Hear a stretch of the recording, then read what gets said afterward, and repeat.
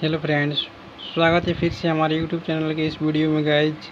तो फ्रेंड्स, हम आज बात करने वाले हैं B part 2 MIL guess paper 2017 का है साथियों। इसमें से आज देखेंगे क्योंकि पता ही है आप लोगों को जो पिछले साल की जो भी क्वेश्चन पूछे जाते हैं उससे काफ़ी प्रश्न आते हैं। तो फ्रेंड्स, एंड तक बने रहिए और हम देखेंगे इसमें से बहुत ही इम्पोर्टेंट VVI मस्ट VVI क्वेश्चनों में से। तो गाइज, एंड तक ज़रूर देखिएगा क्योंकि 2-4 दिन के बाद इसका पेपर है हिंदी MIL का। ये तीनों सब्जेक्ट तीनों स्ट्रीम वाले के लिए है एक ही साथियों। BA BSc and BCom part second exam 2017 का है, बिहार यूनिवर्सिटी द्वारा जारी किया गया गेस्ट पेपर है। तो फ्रेंड्स, चलिए एंड तक बने रहिए, आपको चलिए दिखाते हैं। एक झलक इस पे भी एक नज़र डालते हैं गाइज। विषय सूची से देख लेते हैं प्रश्न। ये इम्पोर्टेंट काफ़ी मस्ट VVI प्रश्न है साथियों। ये सब बहुत ही महत्वपूर्ण इम्पोर्टेंट प्रश्न है। इनको आपको दिखाने का प्रयास कर रहा हूँ गाइज। तो इसे भी आप थोड़ा देख कर जाइएगा ध्यान देकर, क्योंकि पता नहीं कहाँ से क्वेश्चन उठाकर आ जाए। तो फ्रेंड्स, चलिए एक प्रश्न का विश्लेषण इसमें करते हैं। तो फ्रेंड्स, हम प्रश्न संख्या 3 को देखेंगे। राम राज्य एकांकी का सारांश लिखिए, इसको हम देखते हैं। तो दोस्तों, हमारा ये वीडियो स्टार्ट हो रहा है। अब राम राज्य एकांकी का सारांश लिखिए, या दूसरा इसी प्रश्न को घुमाकर पूछ सकता है। राम राज्य शीर्षक एकांकी की विषय वस्तु पर प्रकाश डालिए। ये दोनों प्रकार से प्रश्न पूछे जा सकते हैं। तो फ्रेंड्स, राम, इसका आंसर है राम हमारे देश के यशस्वी राजाओं में से एक हैं। उन्होंने प्रजा पालन का जो आदर्श लोक जीवन में रखा है वह एक प्रतिमान बन गया। गोस्वामी तुलसीदास जी ने उनके शासन के संबंध में लिखा है, देहिक देविक भौतिक तापा, राम राज्य काहू नहीं व्यापा। इसका सारांश ये मतलब नॉर्मल भाषा में लिखा गया है गाइज। इसके बाद राम राज्य हमारे लिए एक प्रतीक बन गया। शासन की उत्कृष्टता का, प्रजा के प्रति संवेदनशीलता का, सुख और शांति का, कलम से जादूगर राम वृक्ष बेनीपुरी जी ने राम राज्य शीर्षक एकांकी में गांधी जी के द्वारा देखे गए राम राज्य के सपने को एक आकार देने का प्रयास किया गया है। यह एकांकी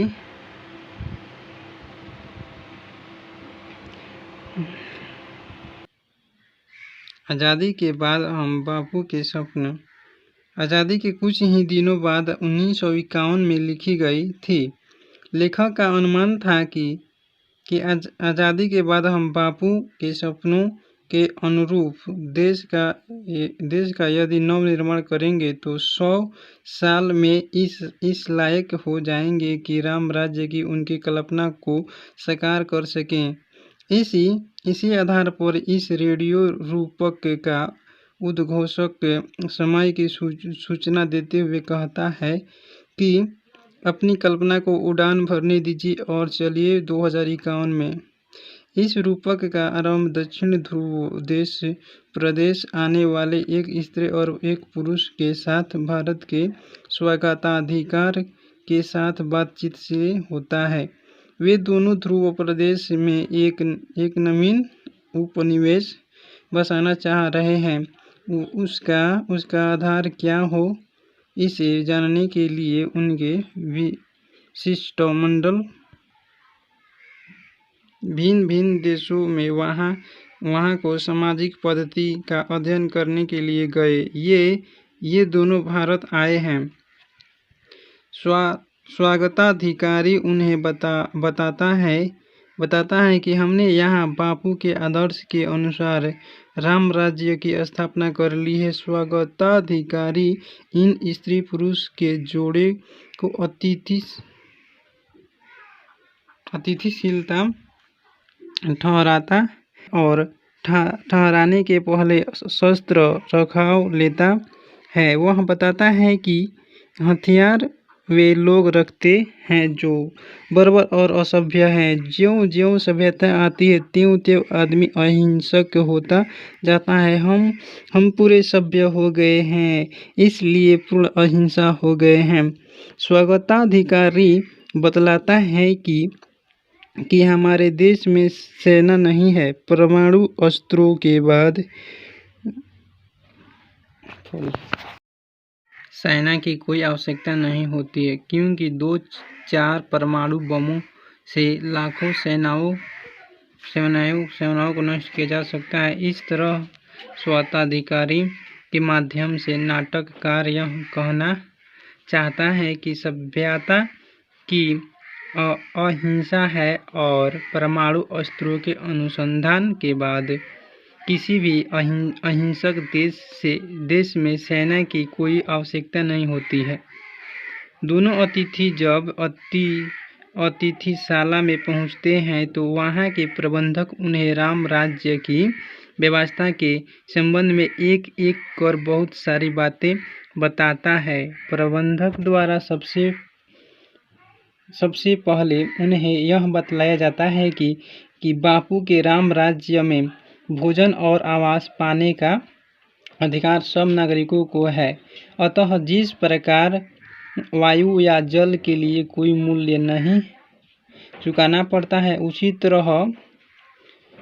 तरह भोजन और आवास के लिए कोई मूल्य नहीं लिया जाता। जीवन का व्यवहारिक रूप दिखाने के लिए ले जाता है। सबसे पहले वे श्रमशाला अर्थात कारखाना में जाते हैं। वहाँ कोई मैनेजर नहीं है। सारे कर्मचारी अंतः प्रेरणा के कारण स्वेच्छा से अपनी क्षमता से काम कर रहे हैं। न कहीं कामचोरी है, न हड़ताल है और न उत्पादन ठप करने की मानसिकता। श्रम के साथ संगीत को जोड़ दिया गया है, इसलिए यहाँ श्रम से न तो ऊब होती है और न ही थकान। इस प्रकार गाइस इसको देख लीजिए, कैप्चर कर लीजिए, मोबाइल में फोटो खींच के ध्यान दे दीजिए। अभी तो इसको विश्लेषण करने का थोड़ा टाइम कम है, क्योंकि वीडियो ज़्यादा लंबा हो गया है। तो आशा करता हूँ गाइस ये देख लीजिएगा आप सभी। इधर भी है राम राज्य का आंसर है जो एकांकी का, ये सब है। तो फ्रेंड्स बताइए वीडियो कैसा लगा, और अगर अच्छा लग रहा हो तो चैनल को सब्सक्राइब करें, कमेंट करें, ताकि नेक्स्ट क्वेश्चन वाला वीडियो अपलोड करें आप सभी के बीच। तो गाइस चलिए इस वीडियो में इतना ही। आशा करता हूँ ज़रूर चैनल को सब्सक्राइब कीजिएगा। हम लोग इसको देखें। राम राज्य एकांकी का सारांश लिखिए, इतना लिख दीजिएगा कम से कम ना 8 पेज में तो लिखना ही पड़ेगा। इसे काफ़ी लंबा होता है, उसमें पेज भी ज़्यादा होता है, 30 पेज 32 पेज होता है, तो इसको उसमें एडजस्ट कर सकते हैं। तो गाइस चलिए इस वीडियो में इतना ही। वीडियो का एंड करते हैं। Bye bye, take care. मिलते हैं नेक्स्ट एजुकेशनल वीडियो के साथ। जब तक ले बाय बाय।